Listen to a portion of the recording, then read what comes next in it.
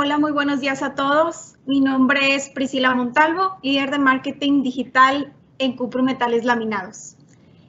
Antes que nada, pues esperemos que ustedes y sus familiares se encuentren con salud, que es lo más importante hoy en día.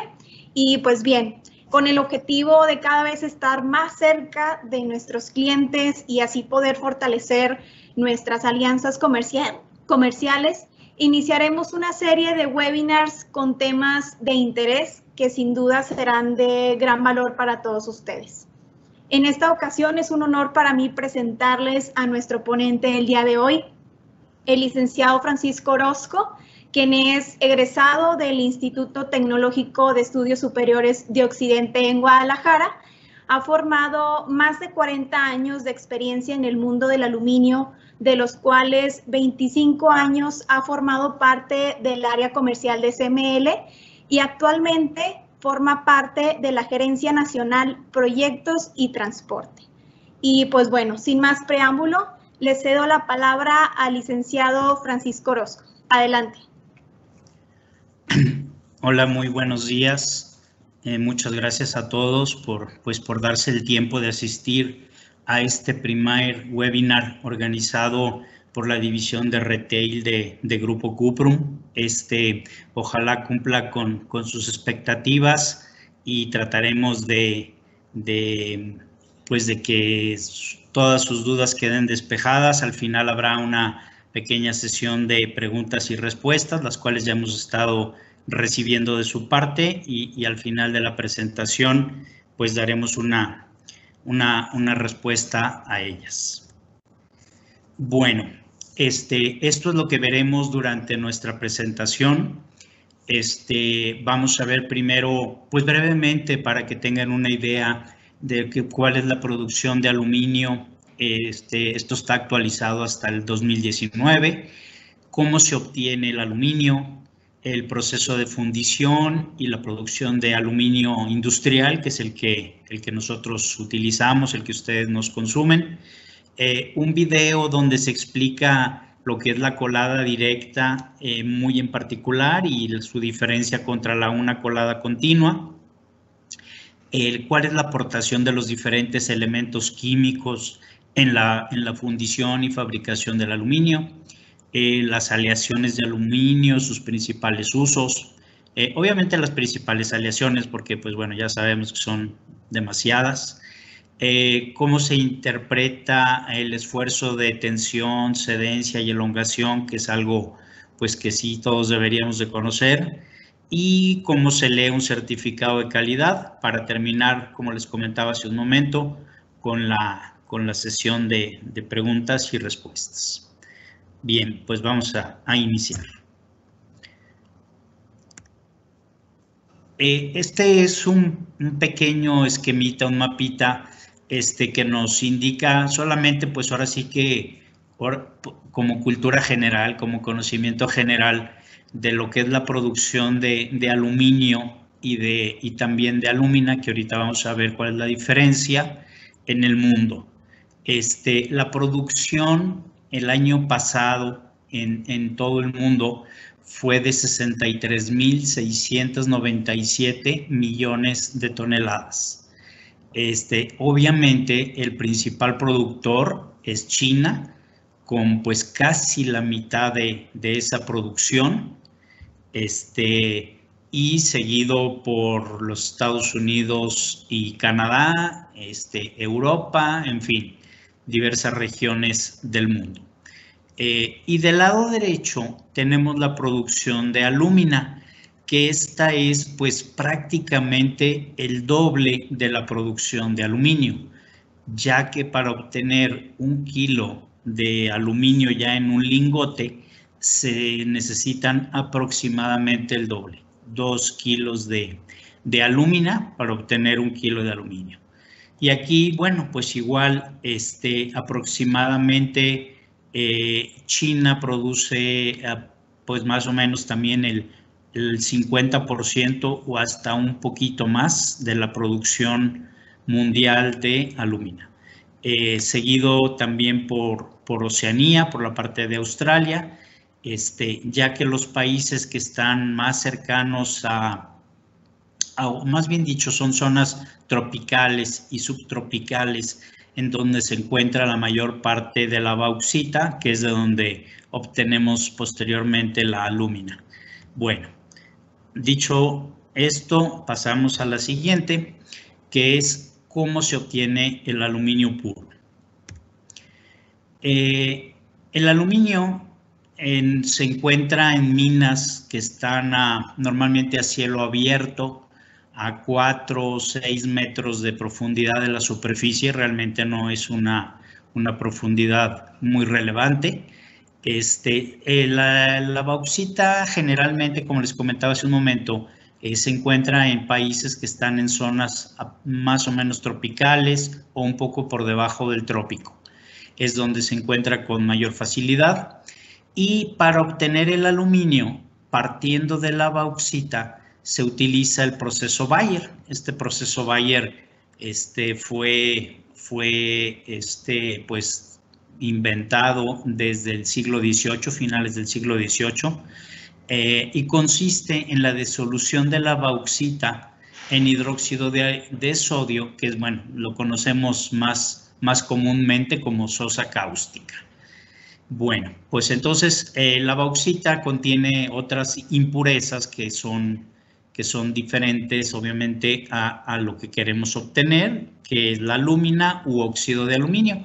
Entonces, digo, no voy a entrar en demasiados detalles, no son muy relevantes, la verdad, para la obtención de la alúmina, solamente pues hacer de su conocimiento cuál es el proceso, que bueno, la bauxita entra a un tanque de digestión, ahí una parte se va al fondo, pasa un proceso de clarificación, al final entra por un horno y entonces ya obtenemos la alúmina u óxido de aluminio.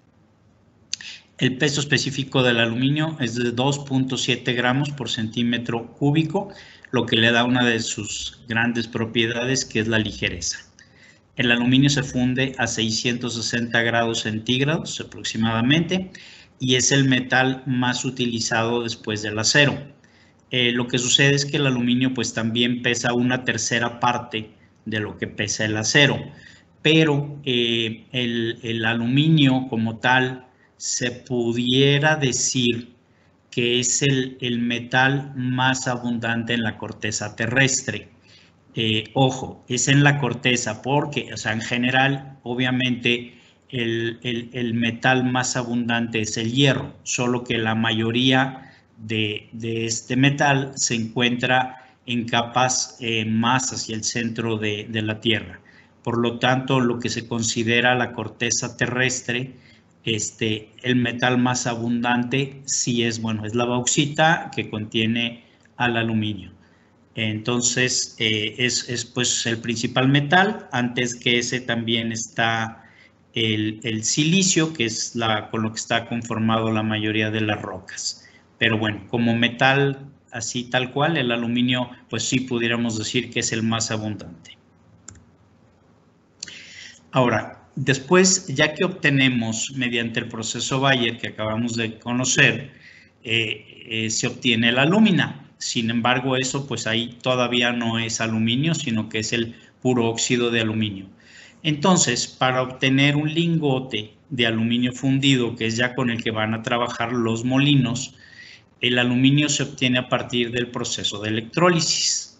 Entonces, entre la alúmina disuelta en creolita fundida, el hidróxido de aluminio, carbonato sódico y el ácido sulfúrico. Entonces, entra esto a un proceso de electrólisis, que como sabemos, bueno, esto lo que hace es separar los metales con un cátodo, un ánodo, y entonces, bueno, ahí sí ya queda únicamente, se puede obtener lo que es aluminio con lingotes con pureza hasta de un 99.99%. Obviamente siempre quedará alguna pequeña impureza al final del proceso, pero pues ya muy mínima. Ahora vamos a ver, ya obtenido el lingote, cómo es el proceso de fundición ya dentro de un molino, que son los fabricantes de los rollos que ustedes consumen o de los rollos donde partimos para cortar las láminas o las hojas de aluminio.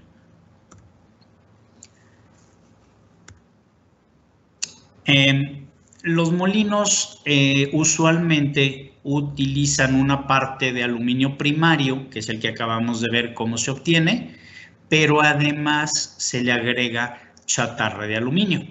Como todos ustedes saben, la chatarra de aluminio pues es material reciclable, cuyo principal insumo son los botes, las latas de aluminio que conocemos, y las cuales se reciclan varias veces. Entonces, en un horno de fundición que tiene un recubrimiento de un material refractario, perdón, se funde mediante el uso de gas una combinación de aluminio primario y de chatarra de aluminio. Esta combinación varía dependiendo del fabricante, del producto a utilizar y de las técnicas de la purificación de la chatarra con las que se cuente.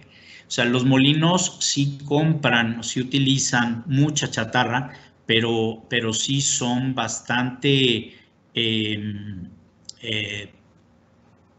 pues muy sofisticados para poder utilizar la chatarra. No es que le revuelvan ahí de lo que caiga. Sí la tienen clasificada por las diferentes aleaciones, o los materiales en los que estaba, de los cuales proviene esa chatarra. Y después la mezcla o colada, que así pues se le conoce en el medio, se funde a la temperatura aproximada mencionada antes de 660 grados centígrados durante un tiempo que va de 4 a 6 horas. Entonces, tanto el aluminio primario como la chatarra entran en estos hornos y ahí se hace la fundición. A esta fundición de aluminio, que es pues más del 99.9% pura, claro, tomando en consideración también la chatarra, que ahí ya la misma chatarra ya tiene otros aliantes, pero como les digo, los molinos, pues bueno, sí son muy exigentes y muy eficientes también en esa parte de poder controlar la chatarra que le están agregando. Entonces, después de eso, se le agregan otros minerales para conformar las diferentes aleaciones que produce cada molino. Los aliantes más comunes para la fundición de aluminio industrial son el cobre, el manganeso, el silicio, el magnesio, el zinc y el cromo. Estos en sus distintas combinaciones dan propiedades distintas a cada colada. Para tener un control de temperatura y tiempo, se utiliza un horno adicional al de la fundición, llamado comúnmente horno holding u horno de mantenimiento. El horno holding tiene una temperatura aproximada entre 460 a 670 y el tiempo de estadía puede durar hasta 8 horas.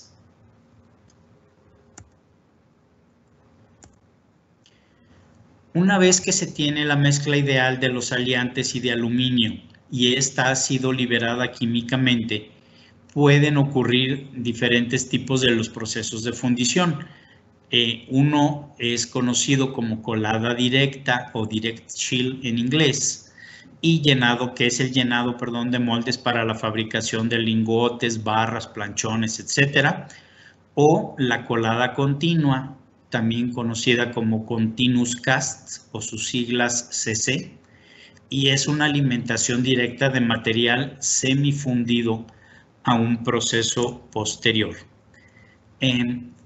Aquí, cuando hablamos de que la colada ha sido liberada químicamente, se refiere a que cuando el material está fundido o se está fundiendo en el horno y se le agregan los demás aleantes en función de la aleación que se quiere producir, se saca una muestra. Ahorita lo vamos a ver más adelante en un video que les vamos a pasar.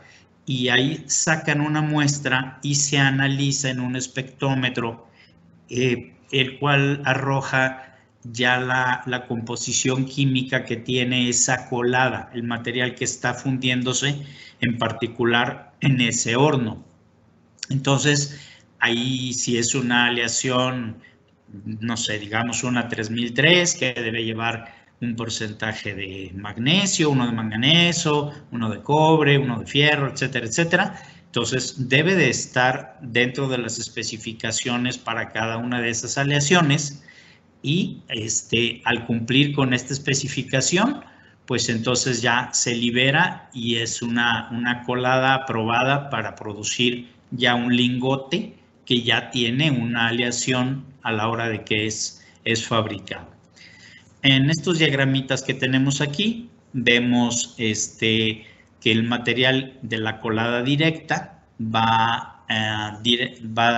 el material fundido se vierte en unos, pues digamos, unos recipientes o unos espacios que se llenan con el aluminio y de los cuales se sacará un lingote. Ahorita también lo veremos en ese video. Y la colada continua es un proceso totalmente diferente porque allí pasa el aluminio fundido, se está vertiendo directamente a un laminador.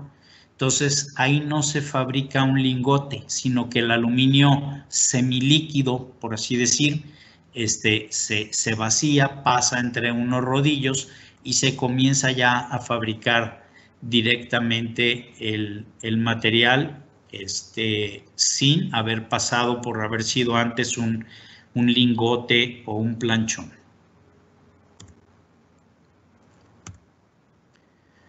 Este es un lingote que se obtuvo mediante una colada directa.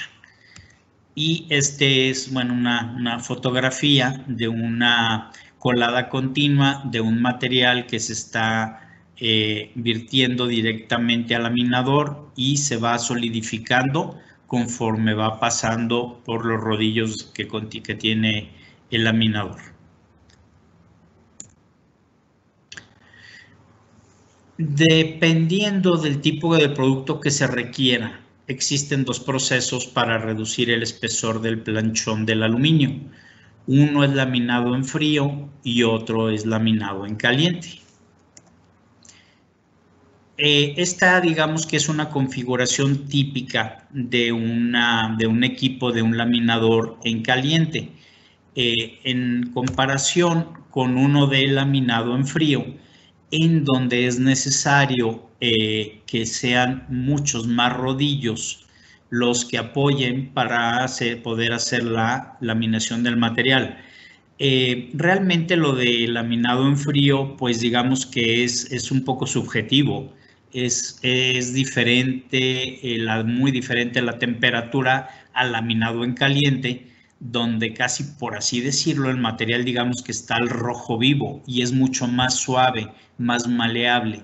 Por esa razón se necesitan menos rodillos que presionen, que arrojen una cantidad de presión menor a la que se necesita para un laminado en frío, que les digo, lo de frío pues es subjetivo porque realmente igual el material es muy caliente, o sea, no es que esté totalmente frío como lo conocemos nosotros. Esta es una imagen de un laminador en frío en donde el material pues va pasando de un lado a otro por los rodillos que están en el centro, los cuales se les va bajando el espesor, el claro entre los rodillos y de esa forma se va abatiendo, se va bajando el espesor del material. Empezó a lo mejor, no sé, en media pulgada, una cosa por el estilo, y después se va bajando hasta el espesor deseado.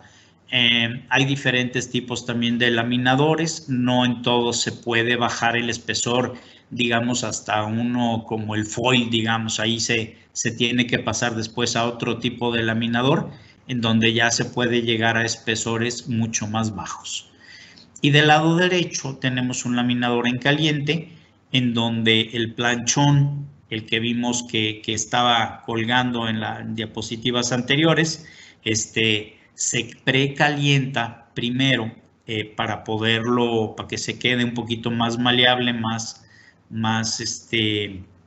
pues con menos dureza el planchón, y el laminador en caliente pueda bajarle el espesor a fuerza de irlo pasando también por los rodillos de la laminación. Aquí en este planchón lo que sucede es que se hace muy largo.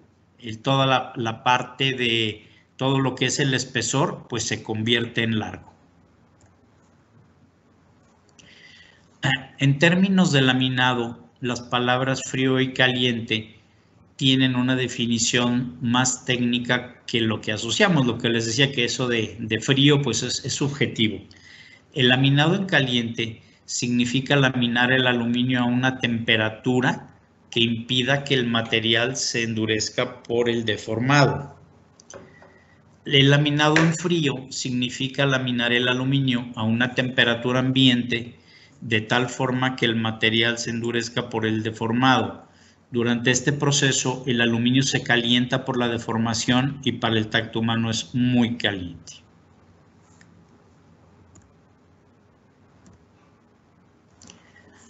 Ahora, ¿cuáles son las diferencias de laminado en frío y de laminado en caliente?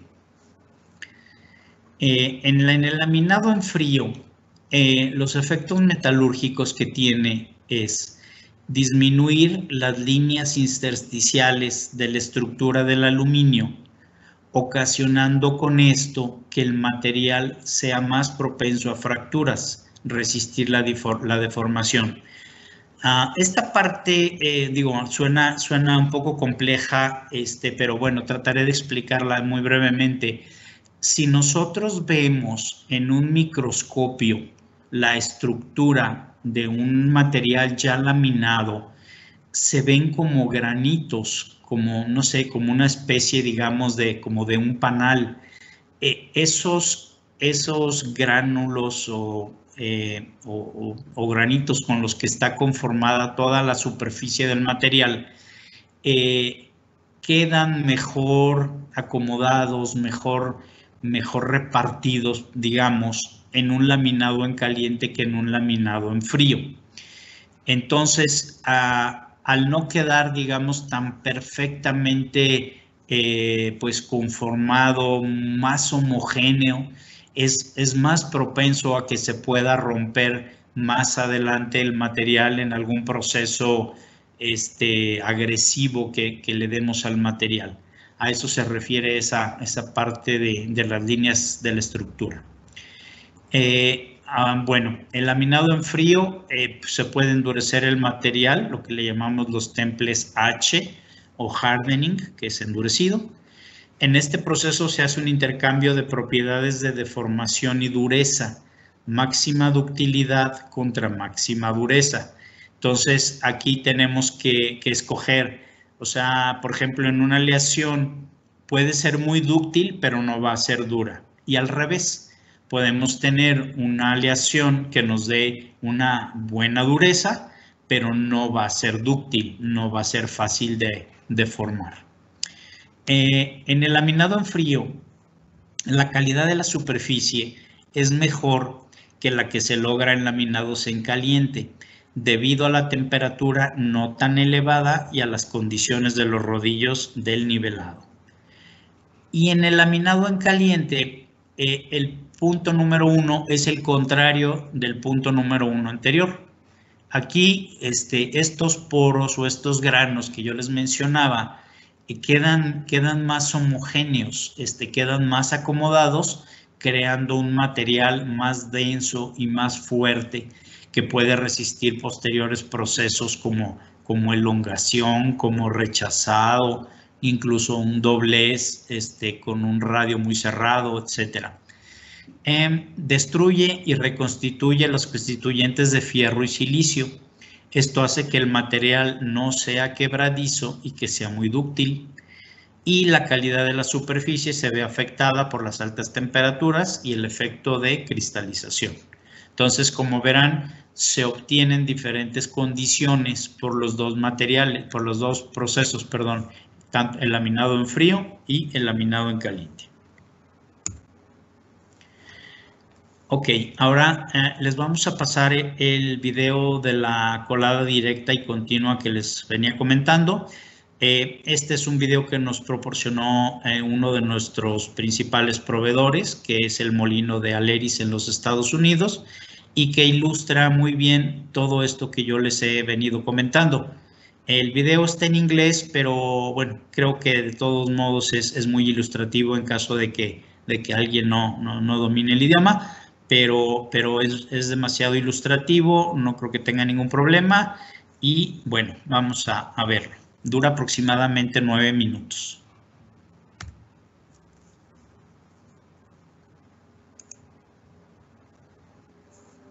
Aleris specializes in 3 unique casting processes. They are direct chill, continuous cast, and pellet compaction. We will explain, differentiate, and show these processes by going inside 3 of our North American manufacturing facilities. Our Lewisport, Kentucky facility is our largest rolling mill in North America with approximately 45 acres under roof. This rolling mill utilizes direct chill casting technology to produce a wide variety of rolled and coated products for distribution, transportation, OEM, automotive, building and construction, and specialty products.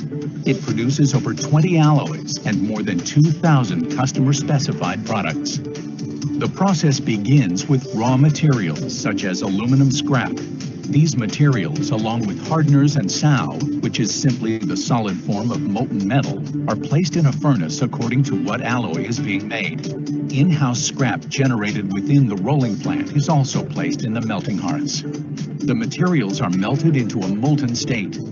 Additional alloying elements such as magnesium, silicone, manganese, chrome, titanium, iron, zinc, or copper are then mixed in to achieve the correct alloy composition. Before the alloyed metal can be cast, it must be purified by forcing mixtures of gases through the hot metal. Impurities known as dross come to the surface and are skimmed off. Next, a small sample of the alloy is poured into a small mold. It cools and hardens in about 15 to 20 seconds into a solid disc called a button cast. This button cast is then analyzed within minutes. If its composition is correct, the alloy moves to a holding furnace for casting. The hot metal is stored in the holding furnace at a temperature ranging from 1,290 degrees to 1,345 degrees Fahrenheit. The aluminum is now ready to be transferred to the direct chill casting pit. Direct chill casting is rolled from thick slabs called ingots. Each casting of an ingot is called a drop. Aluminum is poured into a mold that is only about 6 inches deep. While it's in contact with the mold and bottom block, progressive cooling provides a solidified shell around the still molten core of the ingot. Once this solid shell forms, the bottom block is lowered and the solidifying ingot emerges from the mold. Its surface is further cooled by water from openings around the inside of the mold. The water is recirculated through cooling towers to maintain a correct temperature for effective ingot cooling.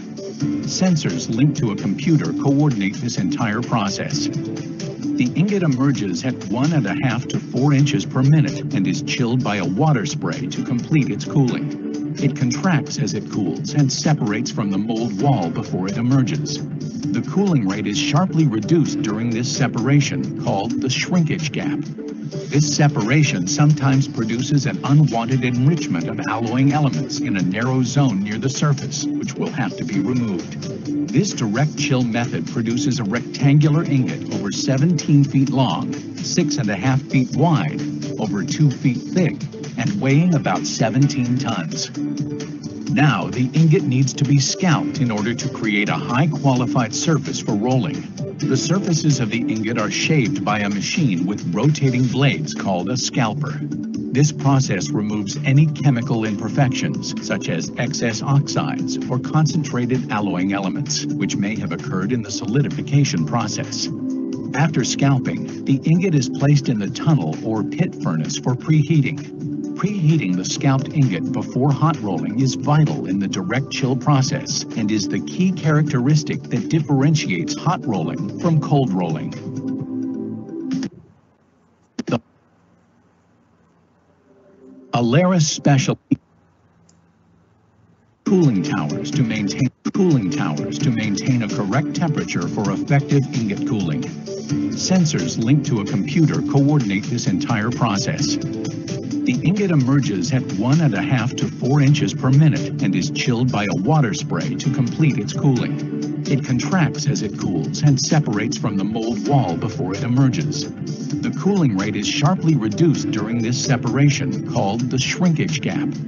This separation sometimes produces an unwanted enrichment of alloying elements in a narrow zone near the surface, which will have to be removed. This direct chill method produces a rectangular ingot over 17 feet long, 6.5 feet wide, over 2 feet thick, and weighing about 17 tons. Now, the ingot needs to be scalped in order to create a high-qualified surface for rolling.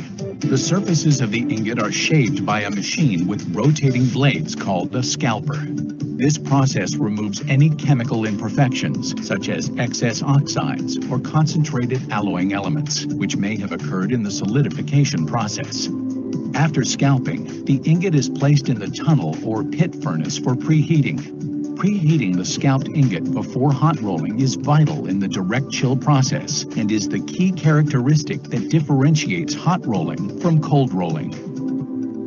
The hot reversing mill is the first rolling mill the aluminum ingot encounters as it enters the rolling line. The Lewisport facility operates a single-stand 4-high hot reversing mill.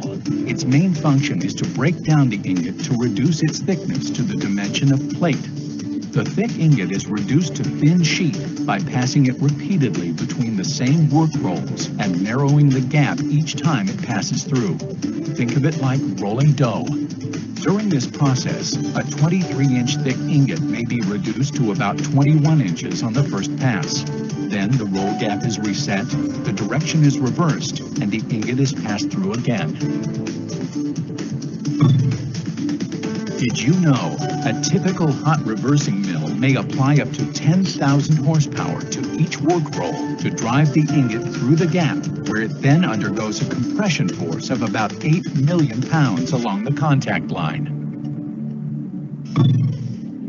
The hot reversing mill is controlled by an operator in an elevated room called the pulpit. The controller also sets the appropriate pattern for applying liquid coolant. There are 2 reasons for doing this. First, the coolants double as a lubricant to prevent aluminum from sticking to the rolls. Second, the 8 million pounds of friction and compression generates extra heat. The liquid coolant helps maintain a correct temperature. Heating, cooling, and reshaping all contribute to the final temper of rolled aluminum, which is why these factors are carefully controlled throughout the process. After the hot reversing mill, the aluminum is then conveyed to the 3-stand hot rolling mill. At this stage, the material is rolled down to a plate thickness of about 1 inch. The 3-stand hot rolling mill utilizes a 4-high mill configuration. A 4-high mill is a stand with 2 work rolls plus 2 backup rolls in a vertically stacked configuration. Because aluminum sheet requires so much force, each roll is backed up by a large roll pressing against it to keep it straight. This process produces sheet with accurate dimensions, along with other characteristics such as flatness, edge quality, and correct thickness. This modern multi-stand hot rolling mill is computer controlled to meet batch specifications. Sensors automatically measure sheet tensions, roll speed, and roll power relationships. As sheet emerges from the 3-stand hot rolling mill, a tension reel rolls it up into a tight coil, which may be as much as 6 feet in diameter, with an inside diameter of about 20 or 24 inches. The ends of the sheet are secured by welding. If additional rolling is needed, it is done at room temperature in a single-stand cold rolling mill. Cold rolling is rolling the metal at a temperature low enough for strain hardening to occur.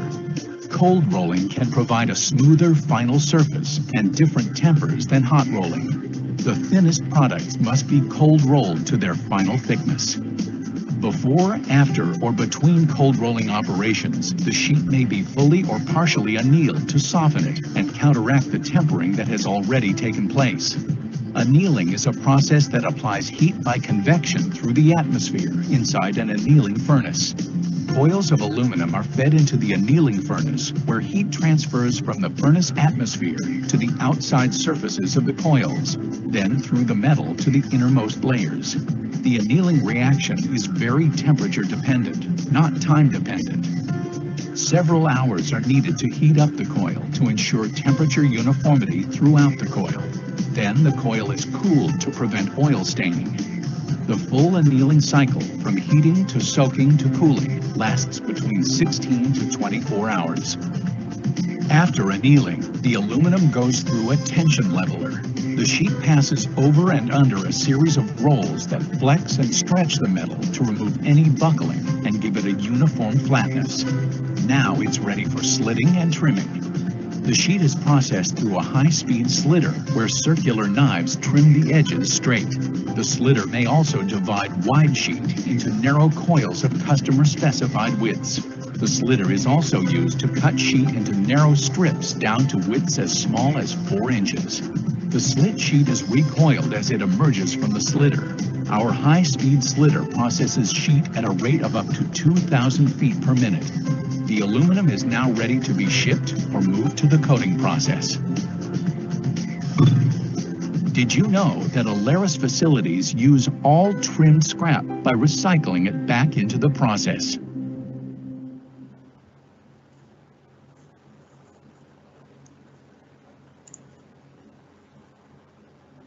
Aleris specializes in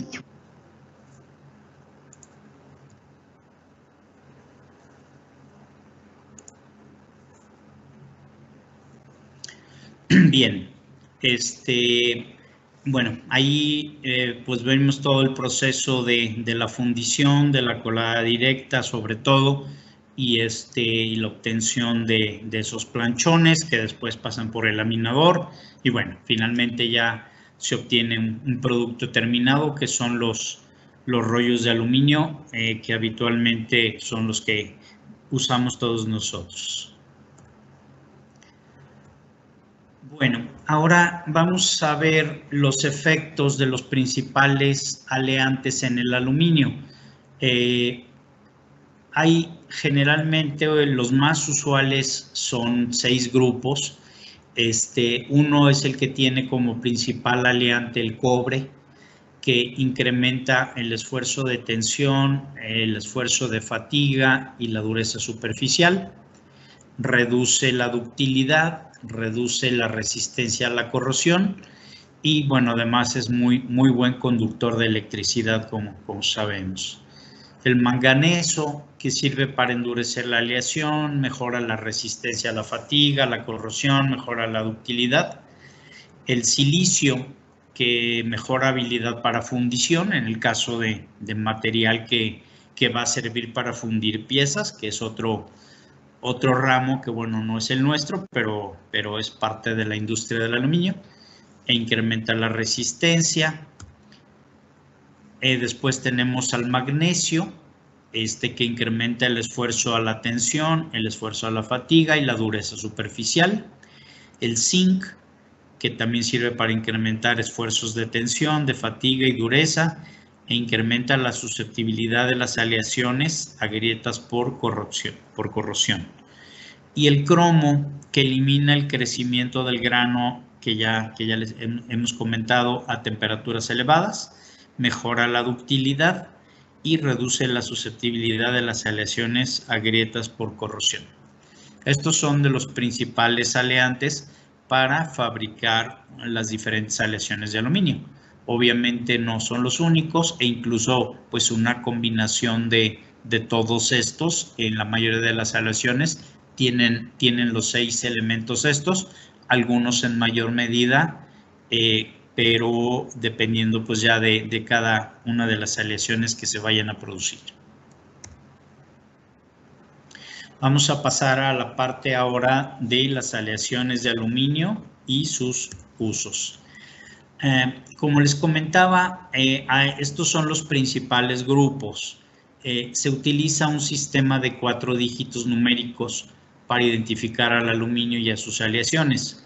El primer dígito indica el grupo de aleación y el elemento al que pertenece.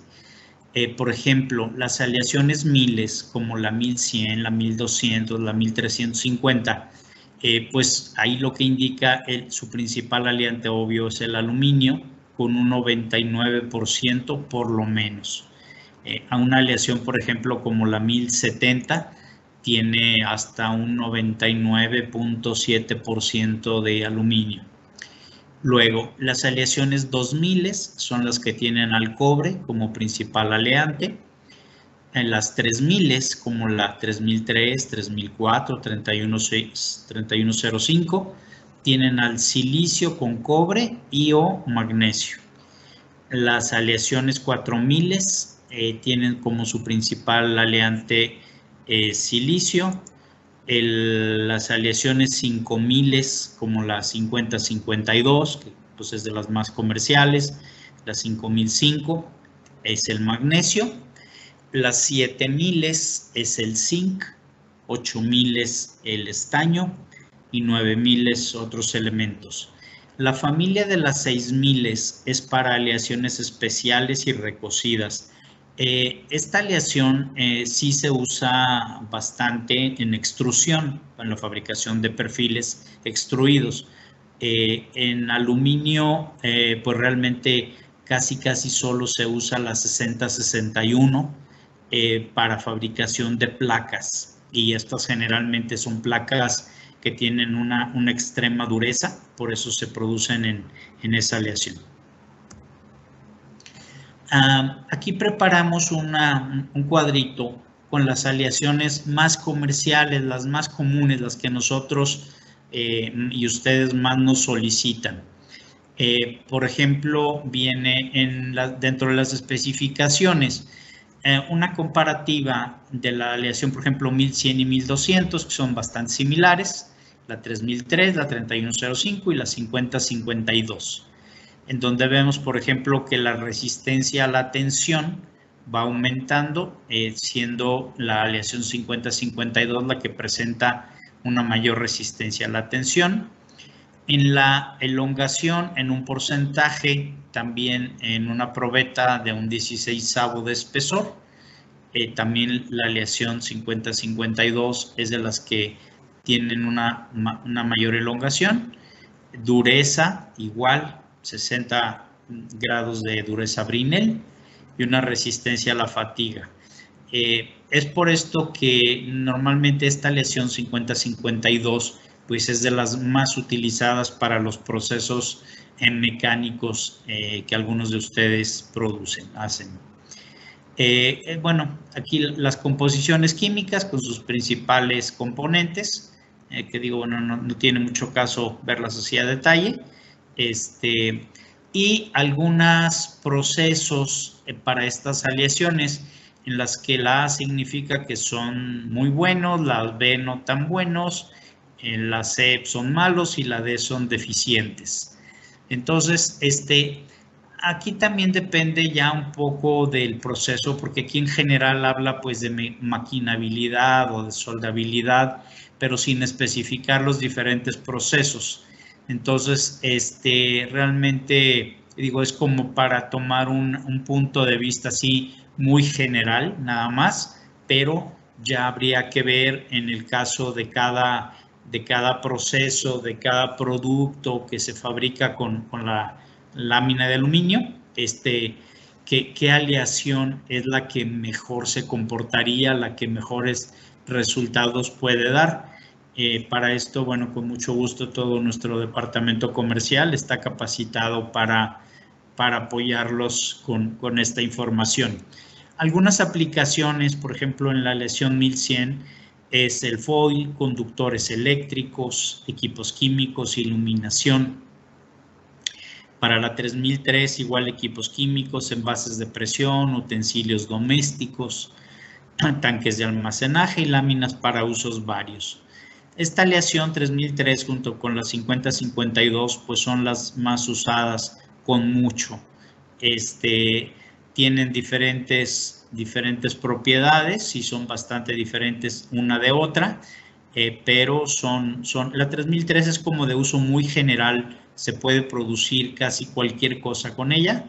Sin embargo, habrá algunos productos que tengan mejores resultados, por ejemplo, con una 50-52, como tanques para combustible, anaqueles, automotriz, vehículos marinos, pipas, piezas troqueladas o punzonadas por la dureza que da esta aleación.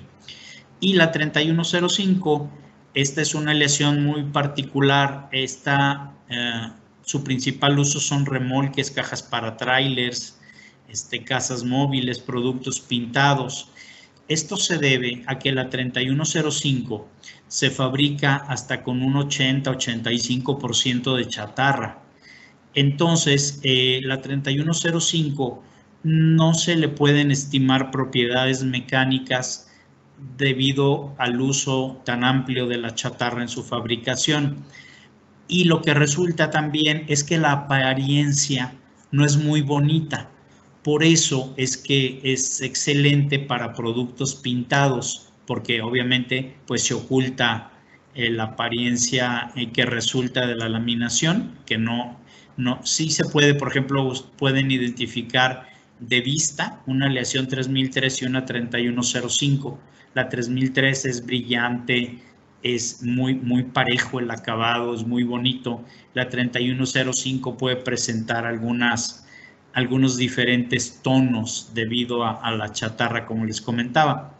Pero si el material se pinta, y generalmente para fabricar una caja de tráiler o un remolque, etcétera, pues realmente no se necesitan propiedades mecánicas altas. Entonces, esta aleación es excelente para esos usos, porque además el resultante de usar tanta chatarra es que el costo baja. La aleación 3105 es más económica.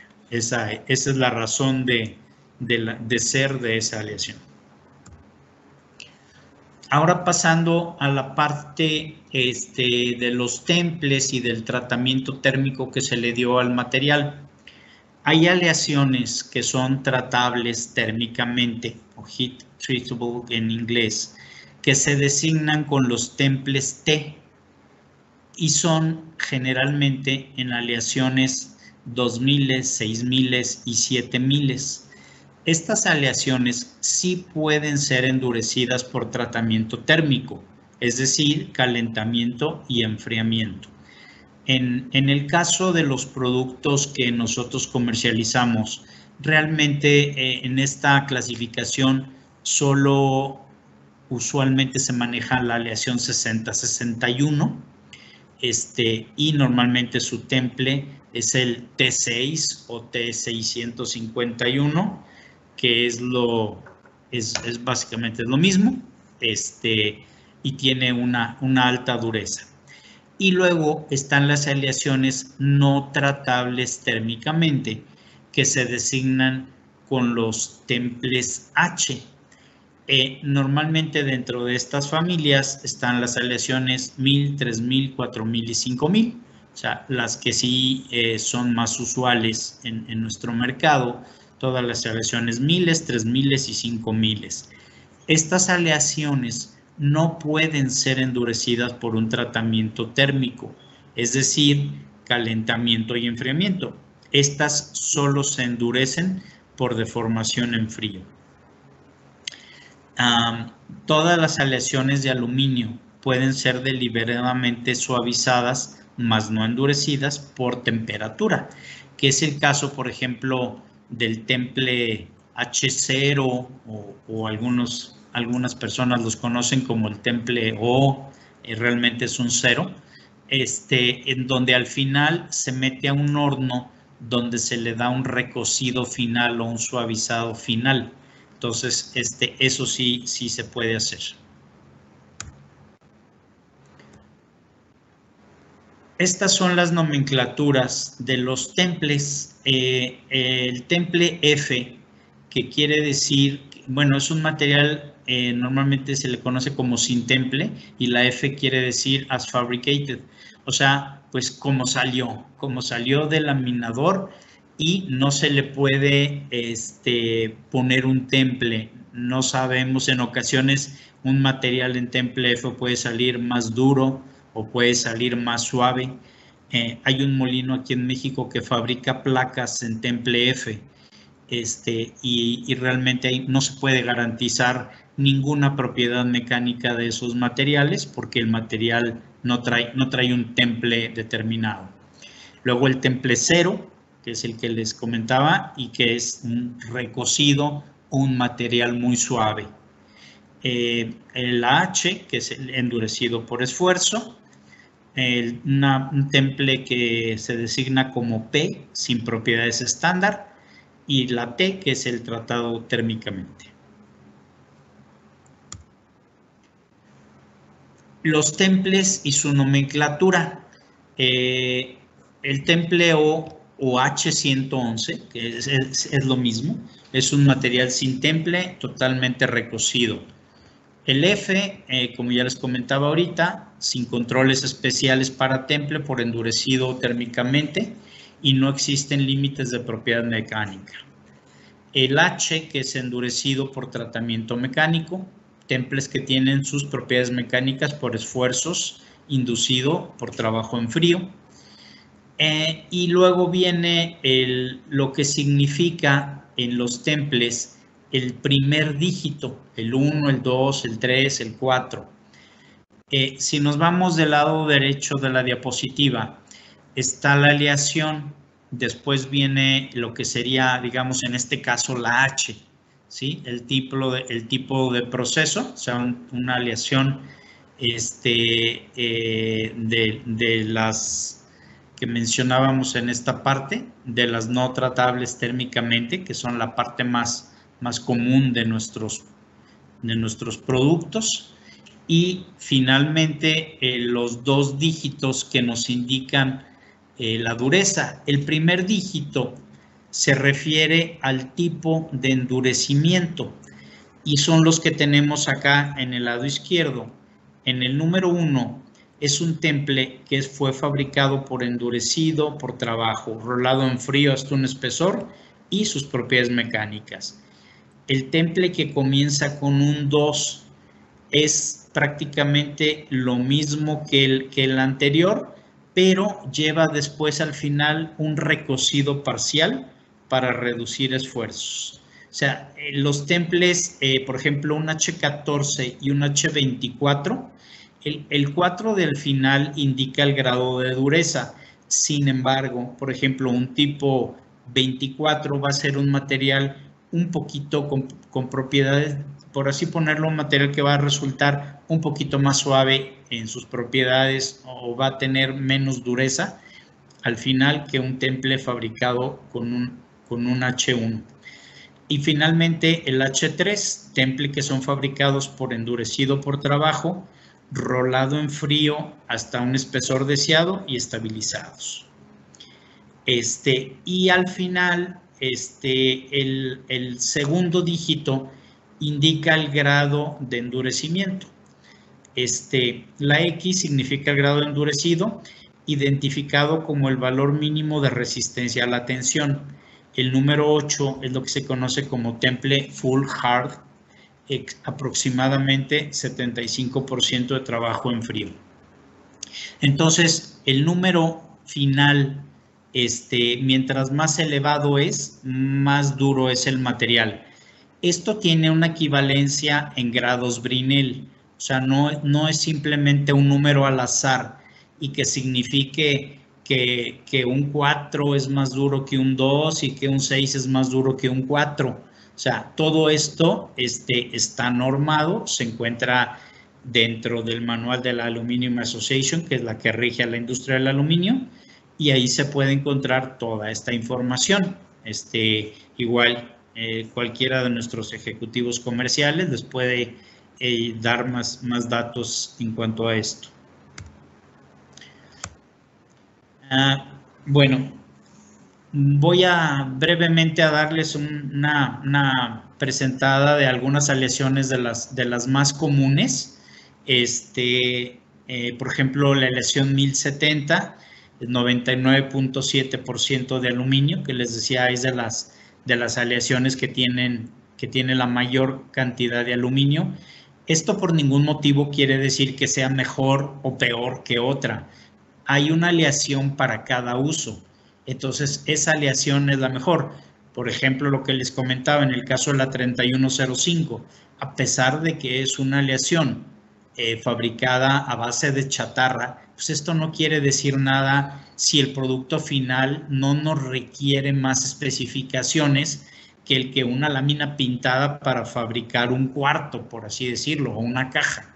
Entonces, realmente la 3105 es la mejor aleación. No quiere decir que sea peor que otras o que la 1070 sea mejor porque tiene más aluminio. Eso, pues bueno, habrá aplicaciones para las que funcione mejor esta aleación que otra. Y aquí vemos algunas de sus propiedades. Es excelente para anodizado, para soldarse, para formarse, pero muy pobre para maquinarse. Algunos usos de este tipo de aleaciones. Me voy a ir ahorita un poquito más rápido porque ya se nos está terminando el tiempo para no abusar del mismo. Sabemos que tienen más que hacer. Aleaciones 1100 y 1200, igual con un mínimo de 99% de aluminio. Y también, al igual que la 1070, pues son buenas al proceso de anodizado, excelente para formarse, se pueden soldar, pobre en maquinabilidad. Con esta se pueden fabricar, por ejemplo, utensilios domésticos y varios otros usos. La 3003, que esta es la que les comentaba, que es una aleación pues que en general es buena para todo. La maquinabilidad no es tan buena porque pues no es una aleación la cual se pueda producir con una alta dureza. Aunque sea un temple alto, pero no nos va a arrojar una gran dureza al final. Tiene propiedades mecánicas superiores a las 1000, lo cual hace que sea utilizada para piezas conformadas y troqueladas. Es utilizada para recubrimientos, utensilios domésticos, equipo industrial en general, transportes, tanques de almacenamiento. Anodizado únicamente para la protección de la superficie. La 3004, esta aleación también es muy similar a la 3105, también se produce con chatarra hasta en un 71%, por eso es muy pobre al proceso de anodizado, porque su superficie, su apariencia va a ser muy mala, entonces el proceso de anodizado va a resultar igual. Y esta es una aleación con la cual se pueden producir materiales con una alta dureza. Normalmente, por ejemplo, esta se usa mucho en rollos de aluminio pintado para fabricación de cajas. Las cajas de transporte de tráiler que ponen las hojas lisas, no les hacen dobleces ni nada o venas que les llaman ellos, porque es tan dura que no necesita más resistencia, no necesita más rigidez. Entonces, también es un producto especializado para esa industria, que serían estas cajas en particular. La 3105, que bueno, creo que ya hemos hablado bastante de ella. La 5005, esta es una aleación que es muy buena para la formabilidad, piezas embutidas. Esta es la aleación más recomendada. Tiene un alto contenido de magnesio que le ayuda en ese sentido. Y bueno, todo lo que es la conjunción de los elementos de la serie 5000 le da esa capacidad de ser muy buena en formabilidad, como para producir este tipo de piezas, por ejemplo. La 5052, que bueno, también pues es muy conocida, muy usada, y como verán tiene excelentes propiedades para resistente a la corrosión, es buena para anodizarse, excelente para anodizarse, tiene una muy buena formabilidad, mediana a buena, diría yo también, maquinabilidad. En fin, tiene altas propiedades esta aleación. Se pueden fabricar muy diferentes productos, desde laterales de camiones, piezas troqueladas, en fin, perforadas. La 5086, esta es una aleación que se usa principalmente en la industria marítima. Es muy buena para resistir ataques marinos. Igual que, como verán, tiene un alto contenido de magnesio de 3.5 a 4.5%, y es su principal uso, el uso marino.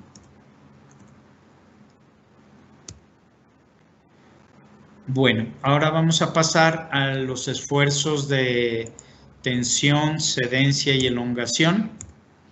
La tensión es un indicador de la fuerza máxima que puede soportar un material sin ocasionar una deformación permanente. O sea, es, digamos, que un material que lo podemos, por así decir, estirar, y a la hora que se le libera, regresa a la forma que tenía inicialmente. La cedencia es el esfuerzo al cual un material inicia ya a mostrar una deformación permanente. Antes de este esfuerzo, el material regresa a su tamaño original, que es el anterior, el de la tensión. La cedencia es cuando el material sí se deforma, pero no se rompe. Y finalmente, la elongación, pues es el máximo porcentaje de estiramiento que puede soportar el material antes de romperse. En Cuprum contamos con equipos para poder hacer análisis de estos materiales, el de ver cuál es su esfuerzo de cedencia, el esfuerzo de tensión y la ruptura, y medir el porcentaje de elongación de cada uno de los materiales. Contamos con un laboratorio para poder hacer todas estas pruebas y que ustedes pues puedan tener la certeza de que están adquiriendo un material con todas las especificaciones que marcan las normas. Y bueno, este es un ejemplito de lo que es la cedencia, la tensión y la elongación. Y finalmente, toda esta información aparece en los certificados de calidad. En este caso,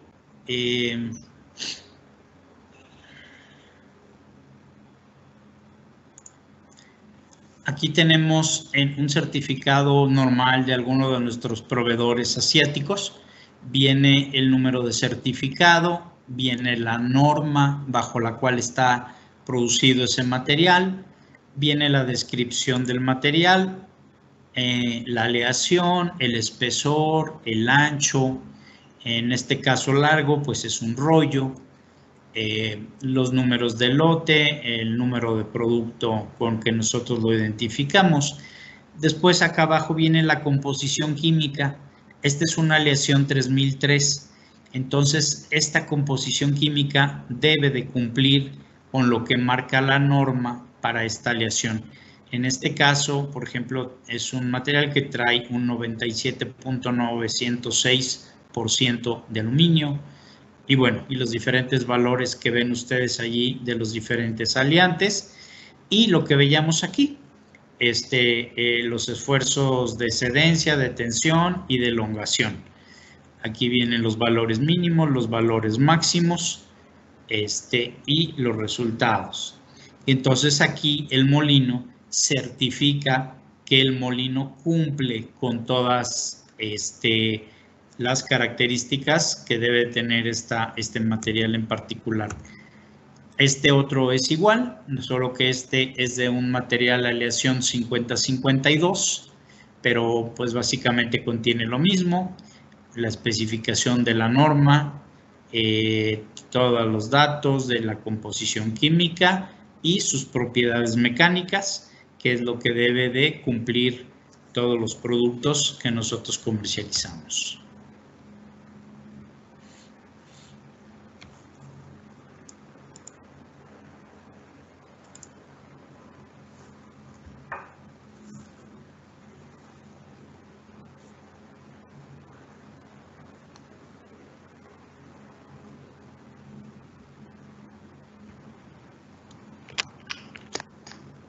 De acuerdo, pues muchísimas gracias al licenciado Francisco Orozco por compartirnos todos estos conocimientos básicos que pues estar dentro de la industria del aluminio, pues todos nosotros tendríamos que tener este conocimiento, ¿no?